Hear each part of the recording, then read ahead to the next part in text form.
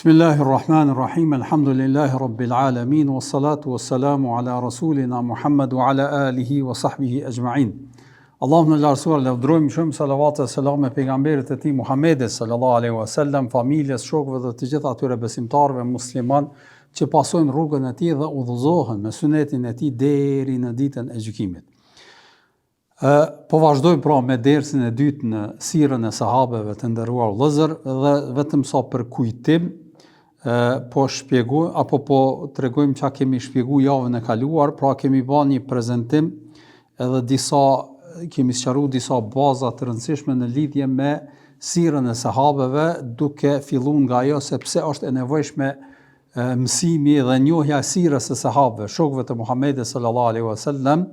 Pra sa është e rëndësishme kjo temë për faktin se sahabët nuk kanë qenë pra vetëm disa figura të rëndësishme që ka kalu periudha tyre dhe na i dëgjojmë apo i mësojmë rreth tyre vetëm si personalitete mirë, po e dim fort që ata janë gjenerata që në rend parë e jetoi Islamin në formën më të pastër, pastaj edhe janë gjenerata që në fakt e ka përcjell fen tek ne. Prandaj është e rëndësishme të njohim këta personalitete dhe të dim rreth tyre. Pastaj gjithashtu kemi shpjeguar rreth kornizës se çka duhet me pas parasysh kur të mësojmë, të lexojmë sirën e sahabëve në përgjithësi. Për arsye se kemi thënë që zhvillimet në këtë sire janë të ndryshme. Ka situata dhe rrethana që muslimanët kanë arrit lavde të shumta, dhe faktikisht sahabët janë ata të cilët kanë dalë edhe prej si udhëheqësisë së Arabisë dhe ka depërtu Islami apo është përcjell Islami nëpërmjet tyre prej perëndimit në lindje. Ata janë bërë sebeb, ata kanë dalë dhe ata kanë përcjell këtë shpallje, këtë fe të Allahut Madhërisht ndër njerëz. Egjipti, Shami, pastaj ana e Azisë së afërt në përgjithësi, edhe shumë vende deri në Afrikën e largët, pra kanë qenë ata sahabët të cilët kanë ecë dhe kanë përcjell këtë emanet të Allahut Madhërisht. Po në anën tjetër ka dhe raste dhe situata që kanë ndodhur fitnë në mes tyre edhe në rrethanat e muslimanëve, në shoqërinë muslimane në përgjithësi, e kështu që ka njerëz kur e lexojnë këtë histori edhe ngjarjet që janë zhvilluar, nëse nuk kemi parasysh konceptin dhe disa kornizat të rëndësishme, atëherë vërtet mujmë edhe të keqkuptojmë disa rrethana. Neve javën e kaluar kemi përmend për shembull ngjarjen e pejgamberit sallallahu alajhi wasallam kur ka qenë hutbë dhe kur kanë shkuar sahabët, që ka ardhur karavani edhe kur kanë lënë pejgamberin sallallahu alajhi wasallam me disa sahabë. Kemi thonë 12 përmendet në hadith, Allahu i Madhërisht i ka qortu për atë veprim që e kanë bërë. E tash nëse lexojmë këtë histori si ngjarje edhe përfitojmë që e kuptojmë që sahabët gjithashtu kanë qenë njerëz, nuk kanë qenë të pagabum, atëherë është normale me pas edhe gabime në rrethanat edhe situatat të tyre. Mirëpo nëse dojmë lexu me tendencë, atëherë themi që sahabët pra nuk e kanë respektuar pejgamberin sallallahu alaihi wasallam, e kanë lënë në hutbë, kanë shkuar mas dynjas e kështu me radhë, ashtu që është tendenca e disa njerëzve që dojnë me fol keq për sahabët, sikurse kemi përmend edhe rastin e betejës së Uhudit në Kodër, edhe kemi thënë si kanë tentuar me nënvlerësu vlerën e sahabeve në këto rrethana dhe këto situata. Prandaj duhet lexohet me rrethanën dhe me situatat që përputhen me ngjarjet e caktuara, jo me paragjykim ose me tendencë për me nënvlerësu apo nënçmu ndonjërin prej tyre. Nuk ka dyshim që ata kanë pas njerëz, kanë qenë njerëz, nuk kanë qenë pagabushëm, nuk kanë qenë shenjtor në kuptimin që s'bojnë gjunahe apo nuk mëkatojnë apo nuk gabojnë, jo, nuk kanë qenë pagabum, po duhet lexohet në rrethanën e historisë ose situatave me të cilat janë ballafaqur.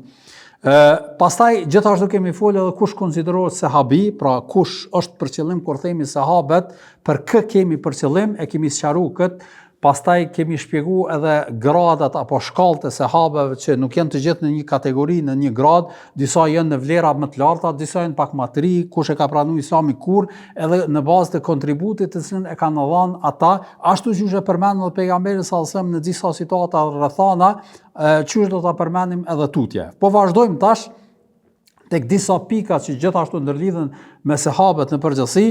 Pika e parë apo çështja e parë ka të bëjë me një terminologji që në gjuhën arabe i thuhet adaletus sahabe. Pra ka të bëjë me peshën edhe integritetin e sahabeve në përgjithësi edhe pozitën e tyre në përgjithësi në islam. Adaletus sahabe, nëse e përkthejmë në shqip, është për qëllim integriteti i tyre moral, besueshmëria e sahabeve në përgjithësi. Domthonjë që kjo është domthonjë kur thuhet adaletus sahabe është për qëllim besueshmëria e sahabeve. Pse kjo temë? Neve do të me pas parasysh vëllezër të nderuar se feja islame të cilën ne e zbatojmë dhe praktikojmë nuk na ka ardhur në mënyrë drejt për drejt, gjenerat pas gjenerate se cilit veçantë, po si ka ardhur me përcjellje apo me transmetim. Kështu është përcjell feja. Në këtë formë është përcjell, domthonë me transmetim.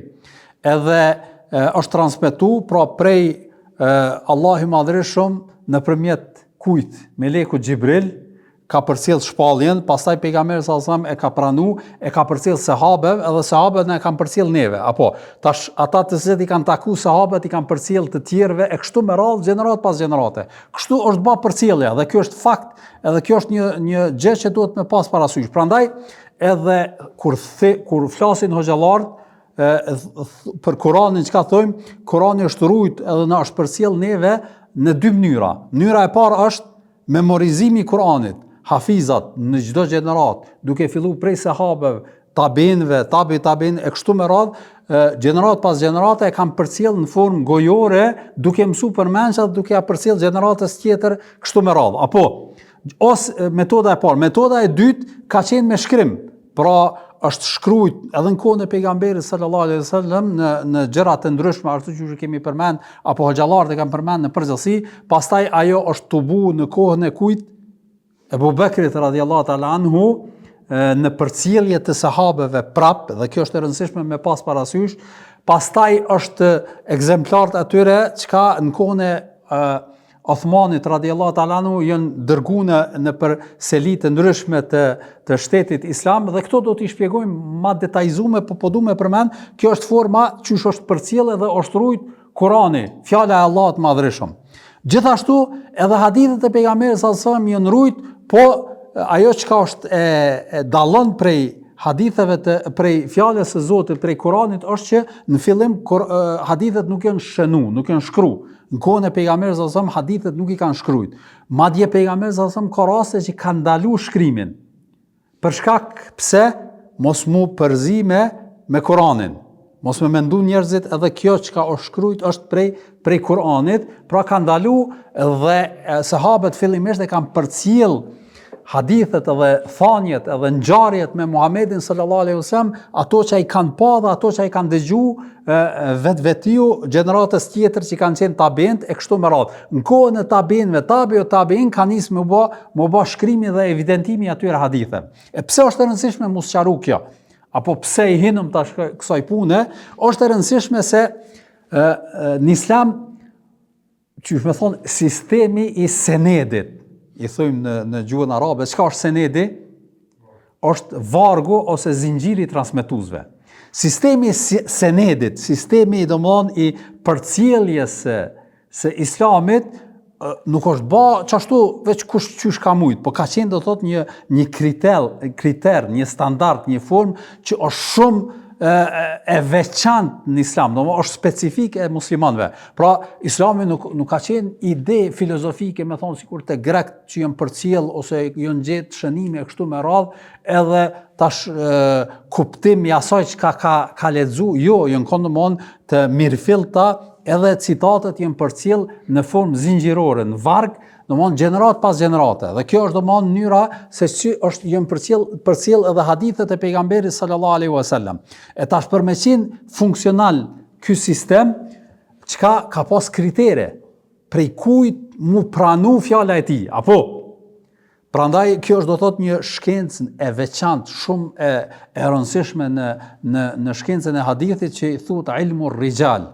Shkenca e studimit dhe kriterizimit apo kuptimit të rijal në gjuhën arabe është burra, po është për qëllim transmetuesve të hadithit, transmetuesve të haditheve të pejgamberit sallallahu alaihi wasallam. Edhe këta ulema, këta muhaddithin kanë vënë kritere shumë të mirëfillta dhe shumë të njohura që duhet me i plotësu një transmetues i hadithit. Apo, për shembull, për mi thonë, na e përcjellim thëmë, ky hadith është sahih, ky hadith është dhaif, ky hadith është hasan, e ka transmetuar Buharia, që është i saktë, Muslimi gjithashtu i saktë, e kështu me radhë, edhe themi që filani e ka, pra kjo është do thotë fush shumë e jashtëzakonshme në Islam.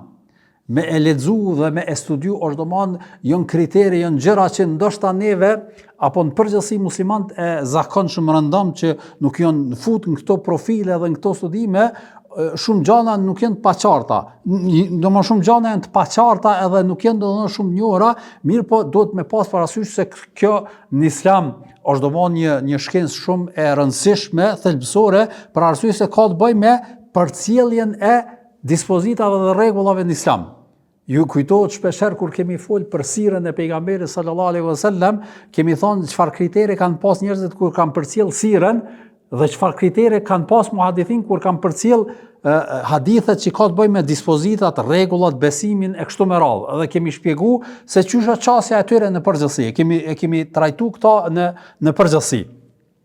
E tash përcjellja e haditheve në përgjithësi kushtzohet një prej kushteve shumë të rëndësishme është që kjo al-adala, që nëse e përkthejmë në shqip domethënë besueshmëria e transmetuesit. Edhe kjo është do thotë një varg e kritereve që analizojnë dhe shpjegojnë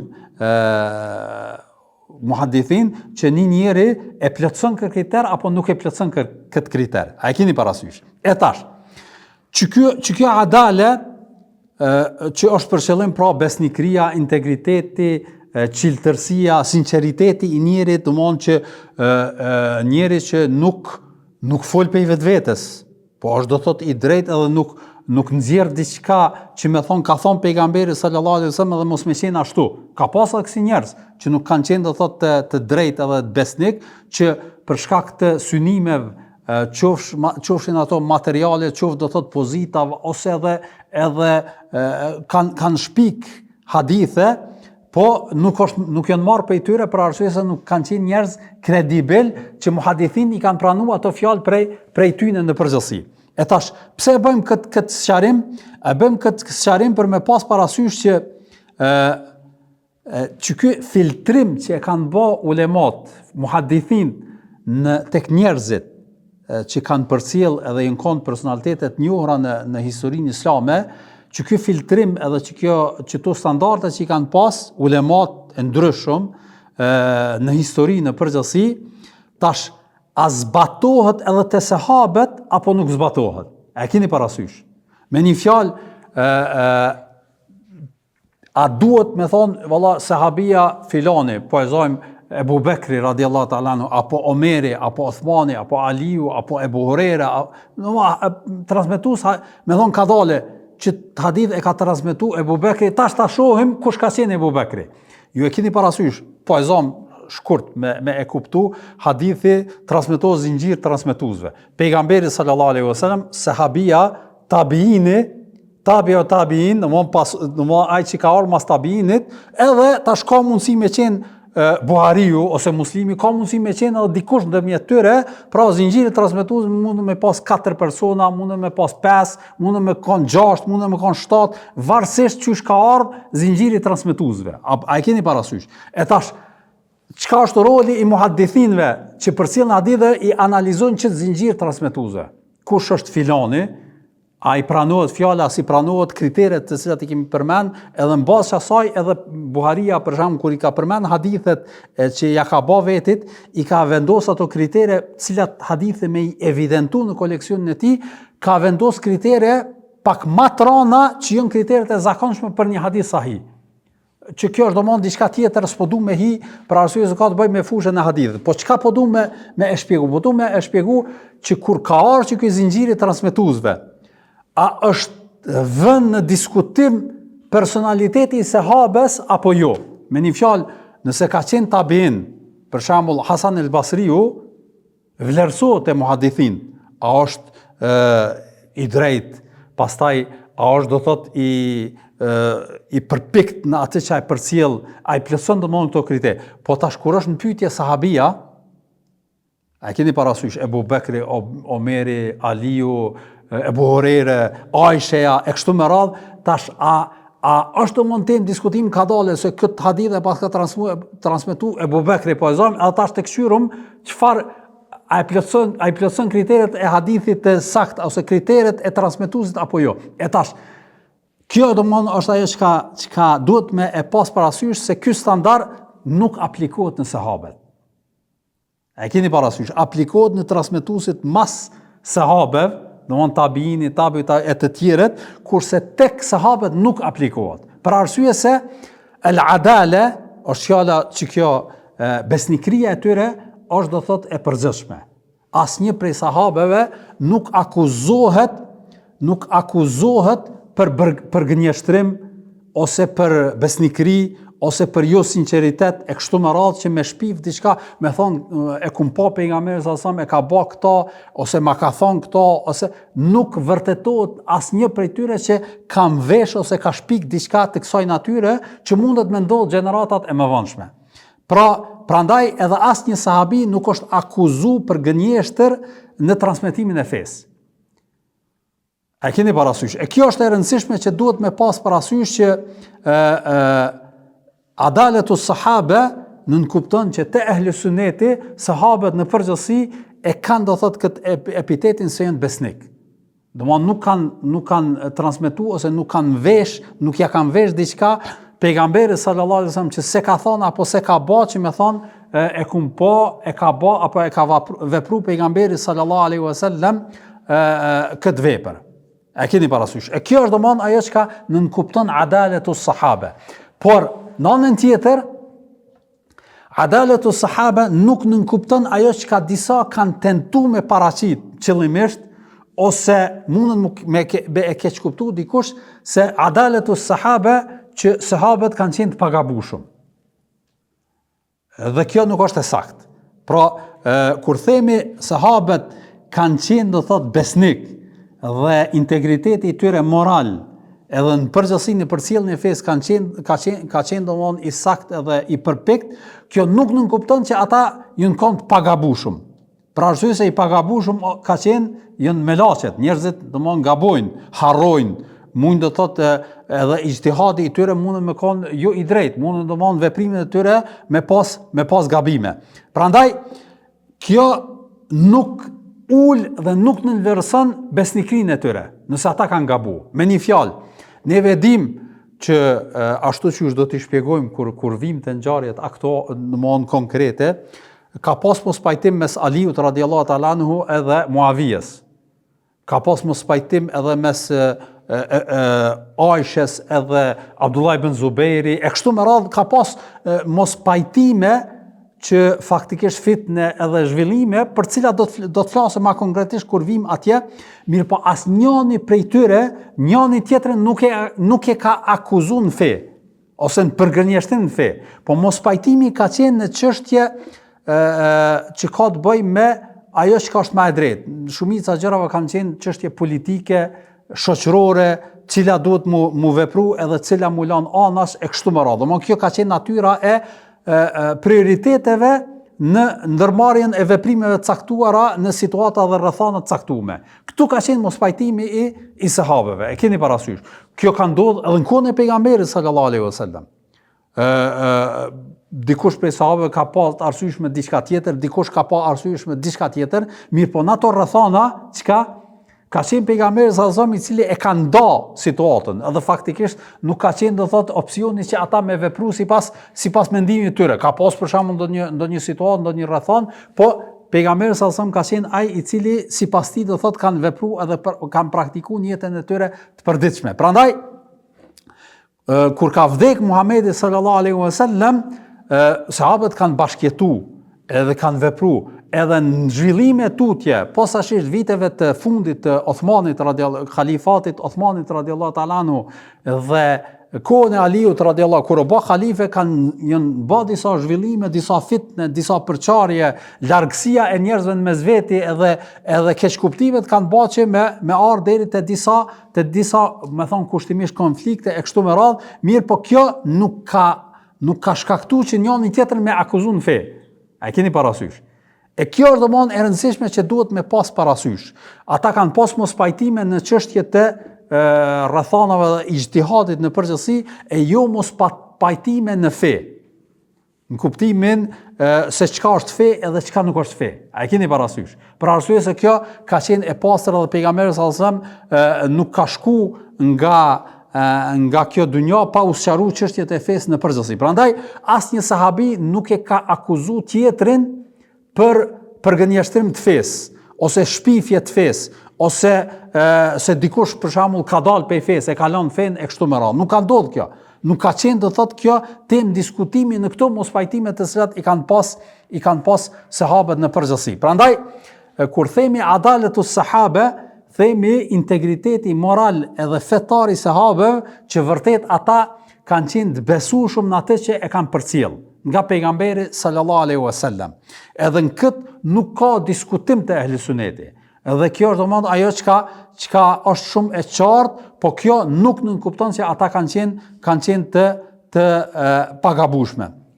Prandaj balanca e ehli sunetit në lidhje me këtë çështje është shkurt, se sahabët individualisht kanë mujt me gabu në ijtihadet e tyre, në veprimet e tyre, edhe kanë mujt edhe me mëkatu, me bë edhe gjuna për shkak të rrethanave dhe situatave dhe gjendjeve të ndryshme. Por asnjëri prej tyre nuk akuzohet për mëkate të mëdha ose që kanë përgënjeshtuar diçka në fe e kështu me radhë. Pastaj ajo çka është e veçanta është se umeti në përgjithësi nuk bashkohet në delalet, në humbje. Dhe ashtu që ka thonë pejgamberi sallallahu alajhi wasallam, la tajtami'u ummati ala ad-dalala, po kupton që me thonë ai pagabueshmëria qëndron në umet si veçanti e umetit, e jo në individa dhe në persona të caktuar. Edhe kjo është ai dallimi dhe qasja e ehli sunetit në lidhje me sahabët në përgjithësi. Nuk i trajtojnë ata të pagabueshëm si individ, mirë po veprimet e tyre kolektive, sikurse që ka qenë tubimi i Kuranit, pastaj kopimi i Kuranit dhe bërja ekzemplar të ndryshme që ka ndodhur në kohën e Uthmanit radhiyallahu ta'ala anhu, edhe veprimet e kësaj natyre ose dakordimi i tyre në caktimin xhalife Ebu Bekrit, pastaj Omerit, pastaj Uthmanit, pastaj Aliut e kështu me radhë tutje, këto dakordime kanë qenë do thotë dakordime të cilat në vetvete është nënkuptuar që ajo garanca kolektive, ose që ajo, qysh me thonë, drejtësia kolektive e tyre, që veprimet e tyre si kolektivisht nuk kanë qenë, do thotë, veprimet të pagabush, do mon veprimet gabushme apo jo të drejta. E kjo është do mon ajo çka është qasja e ehli sunetit në përgjithësi, pra nuk i idealizojmë sahabët në kuptimin që ata janë njerëz që në gradë të melaçev e kështu me radhë, apo të pagabushëm, apo atë të cilën e bëjnë shijat në përgjithësi në lidhje me imamet e tyre që thonë janë të pagabushëm, nuk gabojnë, edhe kanë, pra nuk themi na kështu, ne themi ata kanë qenë njerëz sikurse njerëzit tjerë, mirë po veçantia e tyre ka qenë se e kanë shoqëruar pejgamberin sallallahu alaihi wasallam, edhe kanë pranuar Islamin, edhe janë bërë musliman të mirëfillt, edhe në emanetin që Allah i Madhërisht i kanë ngarkuar për me përcjell fen gjenerata pas tyre, Allah i Madhërisht ka garantuar që ata janë do thotë të drejtë, edhe nuk shpifin, edhe nuk përgënjeshtrojnë diçka nga Muhamedi sallallahu alaihi wasallam. Dhe ky është ai pozicioni jon edhe pesha që kanë sahabët në përgjithësi.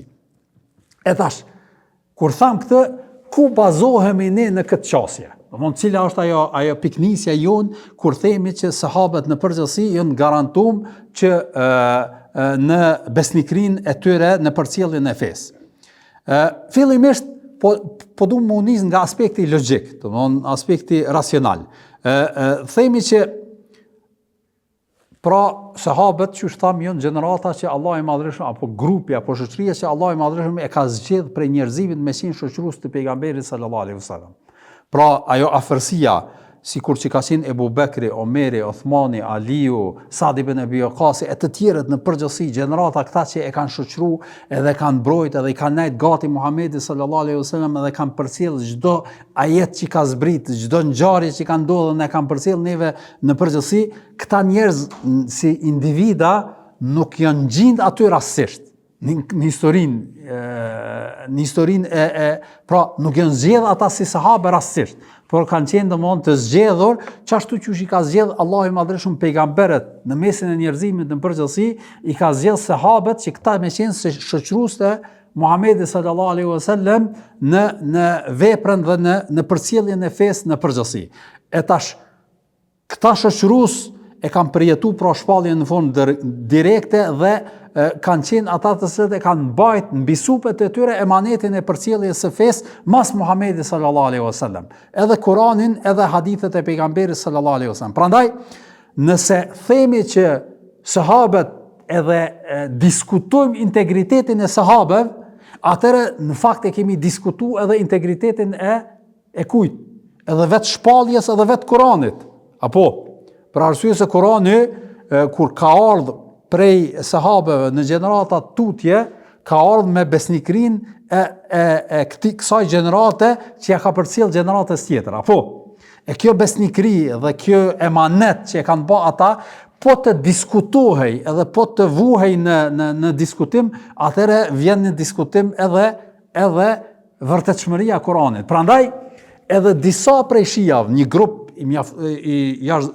jo fort i vogël i shijave në përgjithësi, kur kanë folë për vërtetësinë e Kuranit, kanë diskutuar dhe kanë thonë edhe ky Kurani të cilin e kemi ne në dispozicion, kanë thonë nuk është i plot, edhe është i ndryshuar sipas bindjes edhe qasjes së tyre. Pse? Për arsye se logjikisht ata kanë thonë ato ajete, faktikisht këtë e thot edhe një prej dietarëve të tyre i njohur, Yusuf al-Bahrani e të tjerë në përgjithësi, thonë logjikisht si ka mundësi me ekzistu në Kur'an atë shumë ajete që i lavdrojnë sahabët. E kështu që detyrimisht thot sahabët i kanë fut ato ajete qëllimisht për me vërtetu integritetin e tyre. E këto ajete disa prej tyre do t'i shpjegojmë tutje kur flasim nga aspekti i kësaj domthon argumentet nga Kurani dhe hadithet e pejgamberit sallallahu alajhi wasallam për besueshmërinë e sahabëve në përgjithësi. Prandaj themi që logjikisht Kuranin e kanë transmetuar sahabët, edhe hadithet e pejgamberit sallallahu alajhi wasallam i kanë transmetuar sahabët. Dhe nëse e diskutojmë integritetin e tyre, atëherë diskutohet edhe vetë Kurani edhe vetë feja në përgjithësi. A e keni parasysh? Prandaj edhe kjo logjikisht Allahu i madhreshëm e ka rujt Kuranin, e ka rujt fen duke i bërë besnik gjeneratën edhe shoqërinë edhe shokët e Muhamedit sallallahu alajhi wasallam që e kanë shoqëruar Muhamedin sallallahu alajhi wasallam në këto rrethana dhe në këto situata në përgjithësi. A keni parasysh? Prandaj kjo është domthon aspekti i logjik pse nuk duhet të diskutohet besueshmëria e sahabëve për shkak të këtij emaneti që ata e kanë pas edhe për shkak të domosdoshmërisë së kësaj për me e bart edhe me rujt emanetin me cilin Allahu i madhreshëm e ka ngarkuar fillimisht pejgamberin sallallahu alajhi wasallam, pastaj edhe gjeneratën e sahabëve në përgjithësi. Pastaj argumente tjera të cilat e vërtetojnë apo nxjerrin në pa besueshmërinë edhe integritetin e sahabëve në përgjithësi janë shumë, ka shumë ajete të cilat flasin edhe aludojnë edhe përcillen në lidhje me sahabët në përgjithësi. Ne do t'i përmendim disa nga Kurani famlar dhe disa hadithet e pejgamberit sallallahu alaihi wasallam. Prej atyre hadithe, prej ajeteve më të njohura është ajeti në surën At-Tauba, ajeti 100, ku thot Allahu i madhreshëm was-sabiquna al-awwaluna min al-muhajirin wal-ansar wal-ladhina ittaba'uuhum bi ihsanin radiyallahu anhum wa radu anhu وأعد لهم جنات تجري من تحتها الأنهار خالدين فيها أبدا ذلك الفوز الكبير. Përkthimi, po thot Allah i madhreshëm në këtë ajet në surën At-Tauba, pra ajeti 100, was-sabiquna al-awwalun, ata të parët që i para, pra as-sabiqun janë ata të cilët i kanë paraprit këtij tjerëve. Me një fjalë, ata që janë dalë të partë, ata të cilët kanë qenë para të gjithëve. Allah i madhërisht bëhet was-sabiqun al-awwalun, ata që i paraprin të tjerëve dhe ata që ishin të parët min al-muhajirin wal-ansar, prej muhajirinve dhe ansarve. Kush është për qëllim? Jam për qëllim sahabët e parë, gjenerata dhe ata grupi i parë apo njerëzit e parë që e kanë pranu islamin, e kanë pranu fenë e Allahut të Madhërisht nëpërmjet pejgamberit sallallahu alaihi wasallam, pra ata të cilët kanë qenë të parë. Që janë ajo gjenerata e artë e sahabeve, për arsye se kemi shpjeguar edhe javën e kaluar, nuk janë të gjithë sahabët në një rang.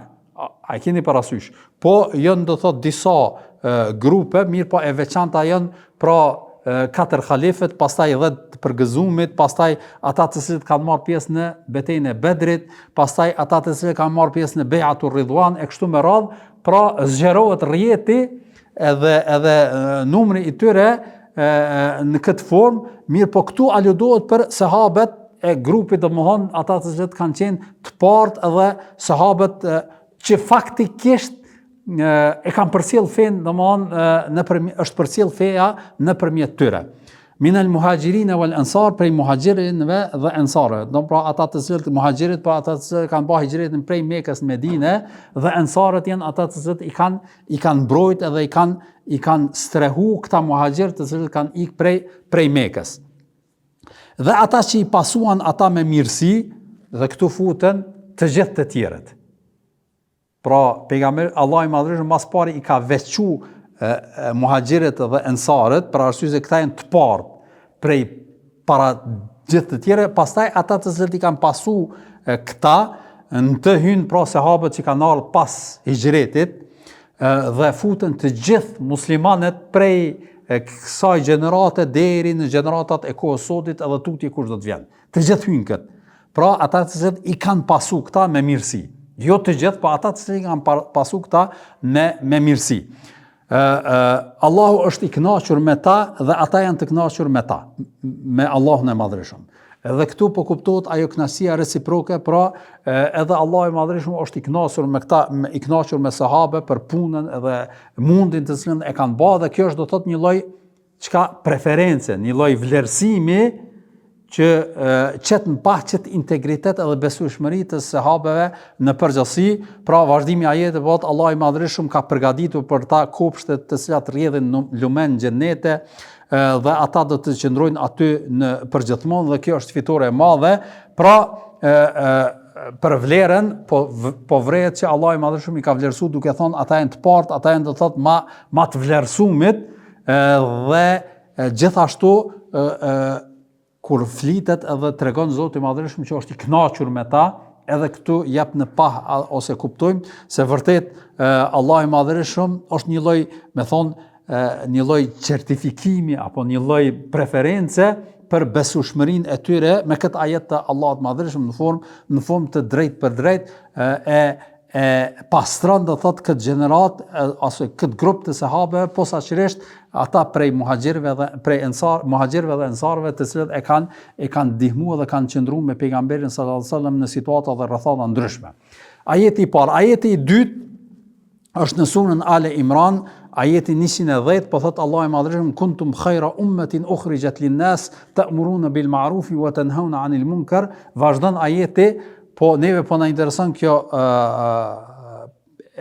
domthon se si Allah i Madhërisht ju drejtohet sahabeve në këtë kur ka zbrit ky ajet, po ju jeni populli më i mirë që është nxjerr për njerëzit. Domthon atë që e tham në fillim në aspektin logjik, pra Allah i Madhërisht i ka zgjedh këtë grup, këtë shoqëni të muslimanëve, jo rastësisht, po për shkak të vlerave që ka pasur do thotë në personalitetin e tyre, prandaj edhe janë vlerësuar në këtë formë edhe në këtë qasje, edhe Allahu i Madhërisht bëhet kuntum khayra ummatin, ju ishit pra populli më i mirë që është nxjerrë në mesin e njerëzve, Dhe kjo në rend të parë aludohet në sahabët, shokët e pejgamberit sallallahu alaihi wasallam në kuptimin më specifik, për arsye se Allahu i Madhërisht po i drejtohet atyre, s'po i drejtohet dikujt tjetër, po në formë direkte këtij umetit që e ka shoqëruar Muhamedit sallallahu alaihi wasallam. Në kuptimin më të gjerë hyn do thotë ata njerëz domthonë i gjithë umeti islam të cilët e kanë pasu pejgamberin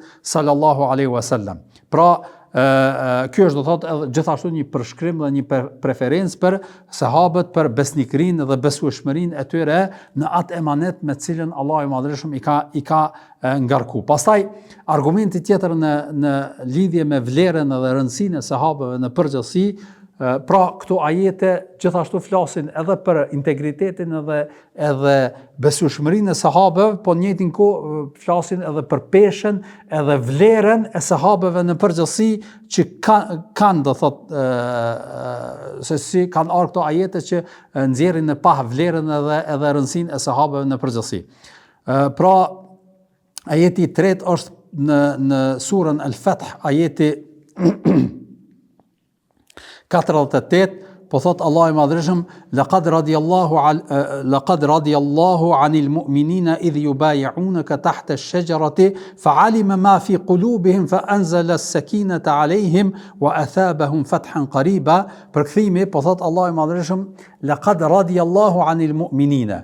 Vërtet Allahu është i kënaqur me besimtarët. Allahu është i kënaqur me besimtarët. Kur thot Zoti jam i kënaqur me ty, çka nënkupton kjo? Se Allahu i Madhërisht e din edhe fundin e gjërave, e din edhe ardhmen e atyre sahabëve për cilët po ja preferencë. Pra, na mujna me thonë, për shembull në djalin tënd me thonë vallahu unë jam i kënaqur shumë, po ti je i kënaqur në bazë për shembull të mësimit edhe veprimit që e ka bë, po nuk e din çfarë bëhet në ardhmen. Nuk mundesh me dhënë preferencë në të ardhmen. Prandaj edhe shumica e njerëzve kur zakonisht ka qenë traditë, edhe është ende traditë kur kanë dhënë preferencë për njerëz të caktuar, për shembull në një lloj ndërmjetësimi, thotë filani është djalë i mirë, ashtu që e njohim na, edhe në bazë asaj që dim na, kurse ato sene tjera çka nuk i dim na ose për të ardhmen e tij, aty na ashtu mundën më bëj keq tani të ardhmen. A e ke parasysh? Edhe kjo është ai vlerësimi që mundet me dhënë njëri, apo për një njeri ti mundesh me vlerësu në bazë asaj që sheh, jo brendsinë e tij, po një ashtu nuk mundesh me di çka mundet me ndodh me të ardhmen, mundet ai me deviju të ardhmen. Edhe vlerësimi jot me kanë për atë rrethana dhe situatë. Mirë, po te Allahu nuk është kështu. Apo kur thot Allahu është i kënaqur, këtu vjen kuptohet i kënaqur me të edhe në brendsinë e tyre që kanë. Për arsye se Allah i Madhërisht është i gjithdijshëm, nuk është si njerëzit, po gjithashtu e din edhe të ardhmen e tyre, çashtu që e din të kalumen e tyre. Prandaj kur thot është i kënaqur Allahu ndaj tyre, kjo është domosdoshmë një preferencë dhe një vlerësim që e nxet në pa çit besnikri për cilën folëm deri më tani. Apo e kur po thot Allahu i Madhërisht në këtë ajet laqad radiyallahu anil mu'minina, Allahu me të vërtetë është i kënaqur me besimtarët. Tash nuk është me krejt besimtarët në këtë ajet. Po me cilë besimtar? Besimtarët idh yubay'unaka tahta ash-shajara. Besimtarët të cilët ta dhanë besën nër pemë. Kush ishin këta besimtarë që ja dhanë besën pejgamberit sallallahu alajhi wasallam nër pemë? Ata 1400 besimtarët që kanë marrë pjesë në Bej'atur Ridwan. Apo?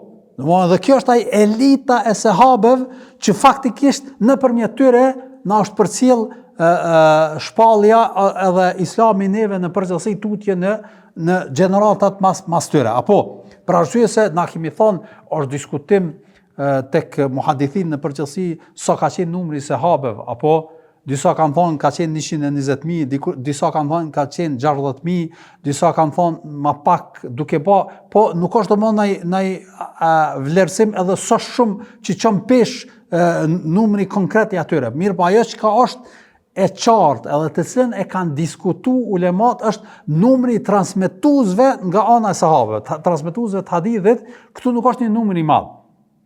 Disa kanë thonë janë 2.000, disa kanë thonë janë 3.000, disa kanë thonë janë 5.000. A e keni parasysh? Çtu sillet numri? Mirë, po për shembull një prej koleksioneve që mas shumë të ka transmetimet hadithe është Musnedi Imam Ahmedit. Pra, Musnedi Imam Ahmedit është një prej koleksioneve që i përcjell hadithet duke u bazu në sahabët, shokët e pejgamberit sallallahu alajhi wasallam. Për shembull, hadithet e Abu Bekrit i ka në një vend, pastaj hadithet e Omerit, Othmanit, e kështu me radhë, meran i ka radhit hadithet në bazë të transmetuesit sahabi. Edhe Ibn Hajeri kur fol edhe analizon këtë libër, është një libër shumë i madh, është disa pjesë është, thot sahabët të cilët i ka përmend Imam Ahmedi mrin parafërsisht 970 e sa. Domthon çka është numri i sahabëve që i përmend Ahmed ibn Hanbel në koleksionin e tij. Edhe këtu sillet 1000, 1500 e kështu me radhë.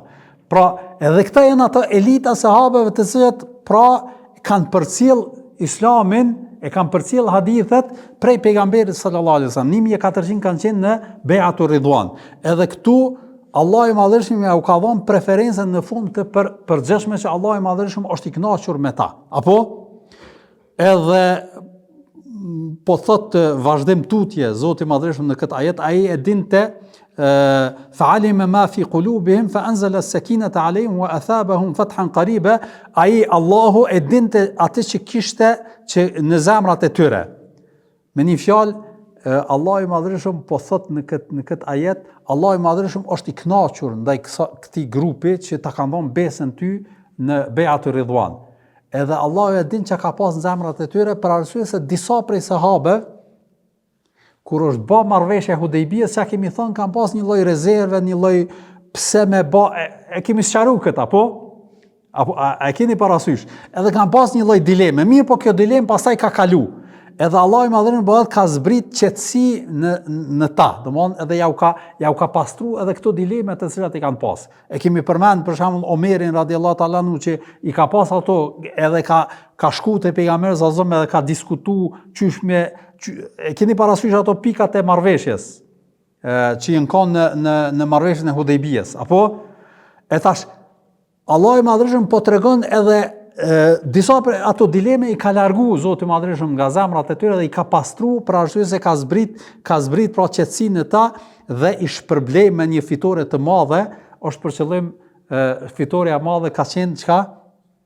Çlirimi i Mekës që ka ndodhur më pastaj. Apo me një fjalë, kjo është ajeti që i referohet pra asaj, me thon kushtimisht, beslidhjes së Ridwanit që e kanë bë muslimanët pejgamberit sallallahu alaihi wasallam dhe janë betuar dhe ka qenë një situatë shumë e vështirë, edhe bajagi u duhet me kon sabërli, ka pas disa prej munafikinëve që kemi përmend që i kanë ik kësaj marrëveshje për shkak të frikës që kanë pas, pra situata ka qenë shumë e rëndë, nuk ka qenë lehtë, megjithatë ata kanë qëndruar sahabët edhe prandaj Allahu i Madhërisht i ka vlerësuar dhe i ka shpërblyer edhe ka përmend për këtë moment historik të besnikrisë të tyre, Allah i Madhërisht ka dhënë këtë vlerësim të tyre dhe i ka shpërblyer me këto shpërblime, edhe ju kujtohet ndoshta e kemi përmendur edhe një hadith të cilën transmeton nuk e di tash në këtë moment Aisha apo Hafsa më duket, gruaja e pejgamberit sallallahu alaihi wasallam, që kur ka fol për këta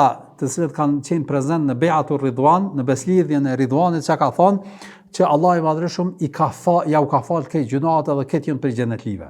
Kështu përmenden në hadith nga pejgamberi sallallahu alaihi wasallam, pra për shkak të vlerës. Prandaj edhe kemi përmend që kur kategorizohen sahabët, një prej kategorive më të veçanta janë ata të cilët kanë marrë pjesë në Bei'atu Ridwan, në beslidhjen e Ridwanit. Pra, kjo është domosdoshmë një lloj qysh me thon preference apo me thon kushtimisht certifikim ose një lloj vlerësim për besnikrinë e tyre që nuk vihet në dyshim integriteti dhe besnikria e tyre në asnjë formë.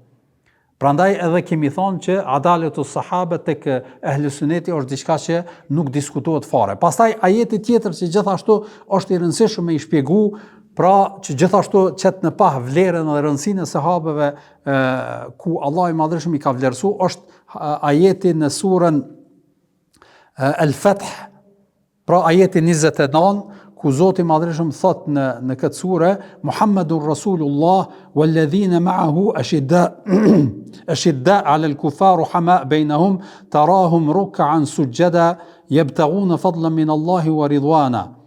Përkthimi, po thot ajeti është shumë i gjatë edhe përmend vlerën edhe shembullin e tyre se si Allahu i Madhërisht i ka përmend edhe në Tevrat edhe në Injil. Pra ku po thot Allahu i Madhërisht Muhammedun Rasulullah, Muhammedi është i dërguar i Allahut.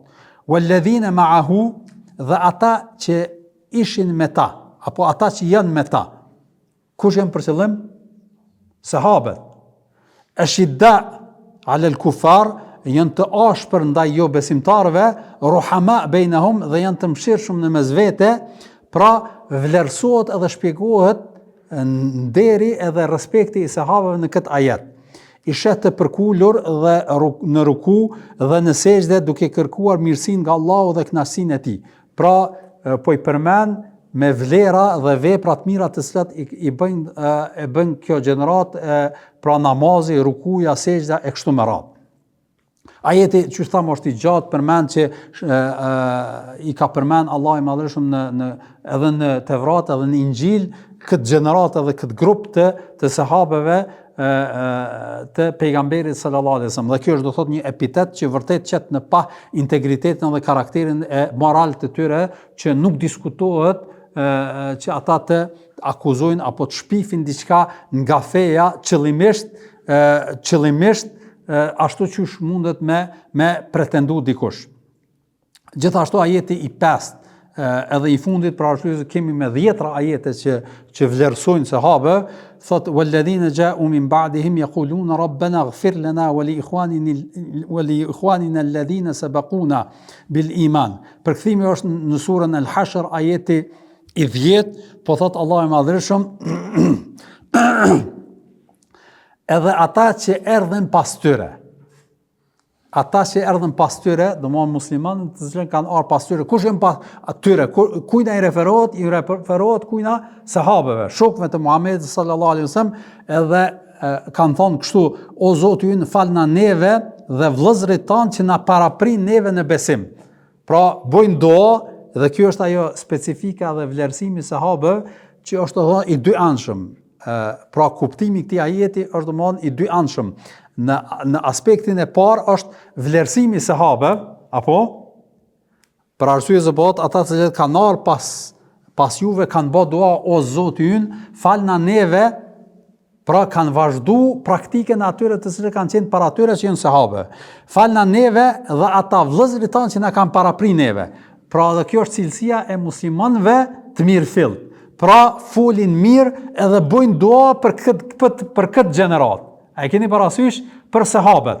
Prandaj edhe shumë prej ulemave kanë folë edhe kanë thonë që nëse e njeh apo e sheh që dikush fol keq për sahabë, atëherë dihet që ittehemu fi dini, domthonë akuzoje edhe dihet që s'është mira me fenë e tij. Pavarësisht çka mundet me bë apo çka mundet me vepru, nëse fol keq për sahabë, dihet që s'është puna e tij mirë. Për shkak domthonë të këtij ajeti, për arsye se karakteristikë, sifat, cilësi e besimtarëve të mirëfillt janë që flasin mirë për gjeneratën e parë, që është gjenerata e sahabëve. Prandaj kuptimi i këtij hadithi është domthonë i dy anshëm. Mas pari vlerëson sahabët, po në anën tjetër vlerëson që tregon formulën kush janë ata muslimanë shpëtuar, pra që folin mirë dhe i respektojnë dhe i nderojnë këtë gjenerat, duke bë dua për ta edhe duke pretendu mirëfillt dhe dhëtë pasimin e rrugës së tyre. Kurse hadithet e pejgamberit sallallahu alajhi wasallam gjithashtu kemi me 10. Kemi me 10 hadithet e pejgamberit sallallahu alajhi wasallam. Prej tyre është hadithi ku pejgamberi sallallahu alajhi wasallam ka thonë: la tasubbu ashabi falau an ahadakum anfaqa mithla uhudin dhahaba ma balagha mudda ahadihim wala nasifahu. Përkthimi, po thot pejgamberi sallallahu alajhi wasallam në këtë hadith të saktë, të cilën e shënon Buhariu dhe Muslimi, thot mos i shani shokët e mi, sahabët. Pra mos folni keq për sahabët, sepse sikur ndonjëri prej jush të shpenzonte sa mali i Uhudit pasuni, me dhonë pasunie, me dhonë. Mali Hudit pedini çfarë kodre e madhe është, prej ardhi nuk do të arrinte as një grusht sadakate ndonjërit prej tyre. Domthon edhe këtë kodrën e Hudit me pas pasuni, edhe me dhonë, nuk mundesh me mri vlerën e një sahabia që e ka dhonë në kohën e tij. Pse kjo? Për arsye se vërtet sahabët kur kanë dhonë, ka qenë momente shumë delikate, shumë të rëndësishme, domthon kur ka qenë nevoja e jashtëzakonshme për përcjelljen. Njerëzit të cilët kanë ardhur pas tyre, pastaj muslimanë kanë bë bollëk, apo edhe nuk është që mund me arrit vlerën e shpërblimit, po gjithashtu edhe vlerën e personalitetit e tyre, për arsye se ata kanë qëndruar në momente dhe situata të jashtëzakonshme, prandaj edhe ky hadith pejgamberit sallallahu alajhi wasallam në formë të drejtë për drejtë ndalon edhe çorton një njeri me marr guximin edhe me fol keq për dikë prej sahabeve në përgjithësi. Pastaj pra hadith tjetër i pejgamberit sallallahu alaihi wasallam është kur thot pejgamberi sallallahu alaihi wasallam në këtë hadith të cilën gjithashtu e përcjell Buharia dhe Muslimi, thot khairun nasi qarni thumma alladhina yalunhum thumma alladhina yalunhum. Nëse përkthimi i këtij hadithi po thot pejgamberi sallallahu alajhi wasallam, njerëzit më të mirë, khairun nasi, njerëzit më të mirë janë brezi im. Kush o brezi pejgamberit sallallahu alajhi wasallam? Gjenerata që e ka shoqëruar Muhamedit sallallahu alajhi wasallam. Dhe kjo preferencë nuk është do të thotë preferencë veç ashtu, po pejgamberi sallallahu alajhi wasallam njerëzit më të mirë që i njeh apo që i mujnë me ekzistu është do të thotë brezi i Muhamedit sallallahu alajhi wasallam. Thumma alladhina yalunhum, pastaj ata të cilët i kanë pasu këta. Kush janë? Tabiinët. Pastaj ata të cilët i kanë pasu këta, tabiut tabiin. Në disa transmetime, ai transmetuesi ka thonë, nuk e di a e ka përmendur gjeneratën e katërt. Mirë po që ta tre janë do thotë që përmenden në fund drejt për drejt në këtë hadith për vlerën edhe rëndësinë e tyre. Pra, fillimisht ka përmend brezin e sahabëve në fund përgjithshme, pastaj ata të cilët e përcjell apo e pason këtë brez në veprat edhe praktikën e tyre. E çish mundesh me pasu një brez që e ka këtë vlerësim nëse ata nuk janë besnik edhe nuk janë me integritet të mirëfillt në praktikimin edhe përcjelljen e fesë, nëse ata nuk janë çush duhet. Prandaj nuk ka logjik që me thonë mi pasu ata për arsye se pasimi i tyre nëse ata nuk do të ishin të drejtë, nuk do të ishte e logjikshme edhe e saktë në përgjithësi. Pastaj hadithi tjetër